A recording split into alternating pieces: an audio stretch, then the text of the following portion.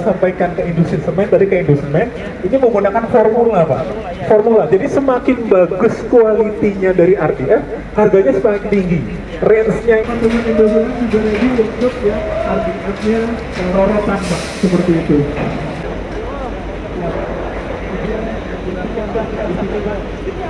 Tadi saya menambang 1000 ton, ini kita olah di sini seperti itu. Ini prosesnya sama, cuma kalau ini kita jemput dalam yang pertama ini tadi memisahkan ada logam, ada beling, kalau itu kan udah nggak bisa jadi RDF ya. Ya, jadi yang memang khusus untuk yang ini untuk landfill itu, tadi kan bapak yang kedua bisa untuk menjadi kompos organik. Tapi nilai kalori itu memang 100 betul. Betul.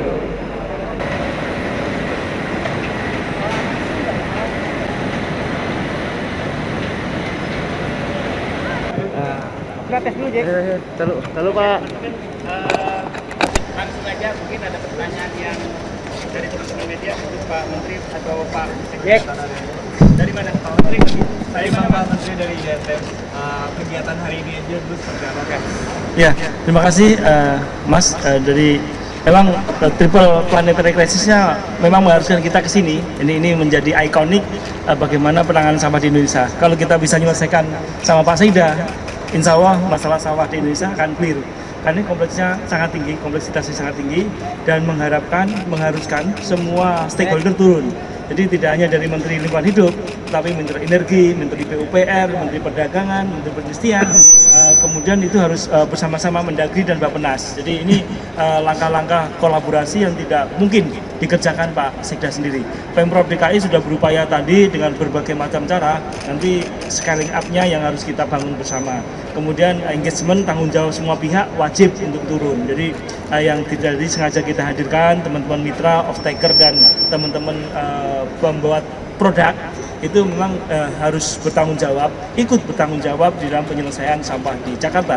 Sampah yang dengan jumlah 8.000 ton per hari ini tidak sedikit, 8.000 ton sehari tidak sedikit, dan dari 8.000 itu maka 7.500 sampai 7.800-nya lari ke Bantar Gebang. Jadi Bantar Gebang dengan yang diusahakan Pak Sekda dengan teman-teman provinsi ini masih jauh daripada kecukupan untuk menangani ini. Kita punya dua hal penting di dalam Bantar Gebang. Pertama, timbunan sampah yang nilainya volumenya hampir 55 juta ton. Kemudian sampah harian yang volumenya di angka 7.500 sampai 7.800 ton per hari. Jadi dua hal ini harus diselesaikan dengan cara yang berbeda-beda. Cara penanganan yang memang harus spesifik pada objeknya. Jadi kalau terhadap sampah yang seperti ini seperti apa, kemudian yang produk harian seperti apa. Pak Sekda, penjelasan Pak Kadis tadi mencoba menggambarkan upaya pemerintah sebagaimana pemerintah provinsi dan kabupaten yang lain untuk memecahkan dari hulu. Namun ini perlu kita scale up. Jadi mungkin volumenya yang kita besar, kapasitasnya kita perbesar. Instrumen harus kita mainkan. Tadi Pak Sekda mengusulkan instrumen harga RDF ini dari sampah ini memang harus berbeda dari fuel yang lain pada saat kita mengelola energi. Jadi nanti harga berbeda itu harus kita diskusikan dengan para menteri yang lain. Kita penting untuk membangun industri ini menarik sehingga sampah itu kalau sudah harganya menarik akan menjadi industrialisasi. Kalau industrialisasi kita semua bisa bayangkan teman-teman akan akan datang ke sini untuk menambang sampah itu. Jadi tentu membuat hal menarik ini menjadi penting. LH tidak akan cukup punya uang banyak bila mana itu hanya sebagai cost center atau eco center. Kita wajib membangun ini menjadi benefit center dan benefit dan eco center. Jadi dua hal ini harus kita bangun dengan serius di negara kita. Jadi ini upaya kita menyelesaikannya. Kita akan mampu itu dengan penduduk yang hampir 300 juta. Kemudian dengan produksi sampah katakan 0,25 sampai 0,5 kg per hari per orang, itu produksi kita cukup banyak. Kemudian berbagai macam kebijakan telah dibangun. Pemprov DKI Jakarta, hitungan saya lebih dari 10 perda yang mengharuskan pengelolaan sampah ini bisa tertata, terjadwal dengan tertib. Nah, tetapi mengoperasionalisasinya tidak mampu Pemprov sendiri. kementerian harus turun, kementerian terpadu harus turun untuk menangani bersama-sama. Karena subjeknya beragam. Jadi disinilah pusat kebudayaan, pusat ekonomi ini kita terbangun. Bisa tadi dibayangkan dengan jumlah 11,4 juta populasi Jakarta, maka kita perlu perhatian khusus.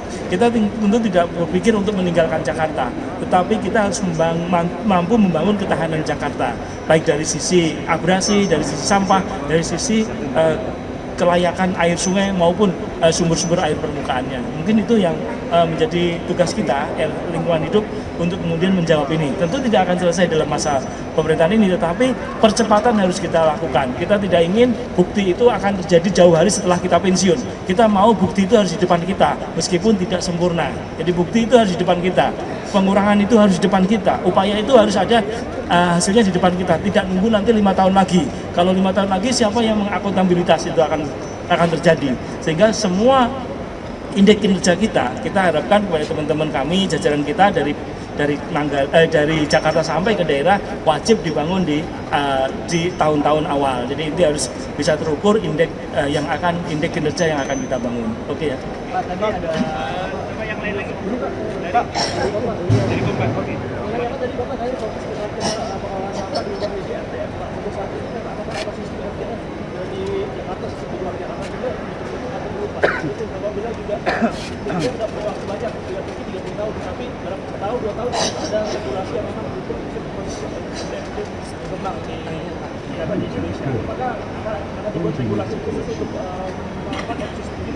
Ya, oke ya. Untuk sekali lagi tadi, saya tidak hanya fokus ke RDF ya Pak. Jadi penyelesaian sampah ini dengan komposisinya saja tidak mungkin diselesaikan dengan RDF. Tadi udah kami katakan mulai dari insenerator untuk membangkitkan listrik tadi udah dicoba.